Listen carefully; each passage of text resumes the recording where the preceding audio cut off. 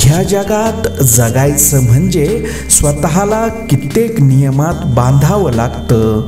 बाकी माणसाने स्वतःच्या मनासारखं जगावं हे सर्व फक्त म्हणण्यापुरतं असतं. इतरांच्या गोष्टींचा स्वतःवर परिणाम होऊ द्यायचा की नाही हे सर्वस्वी आपल्यावर अवलंबून असतं.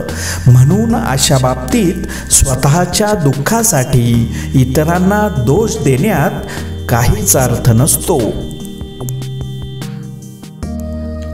सर्व गोष्टी आपल्या मनासारख्या झाल्याच पाहिजेत हा आग्रहच माणसाच्या सर्व दुःखांना कारणीभूत ठरतो.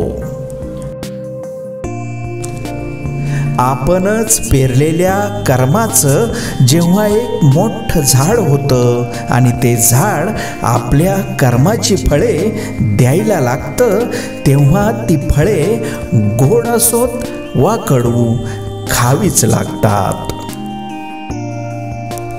आयुष्यात यशस्वी होण्यासाठी हुशार असण्याची गरज नाही, तर इतरांपेक्षा वेगळा विचार करण्याची व त्यावर मेहनत घ्यायची तयारी असली पाहिजे.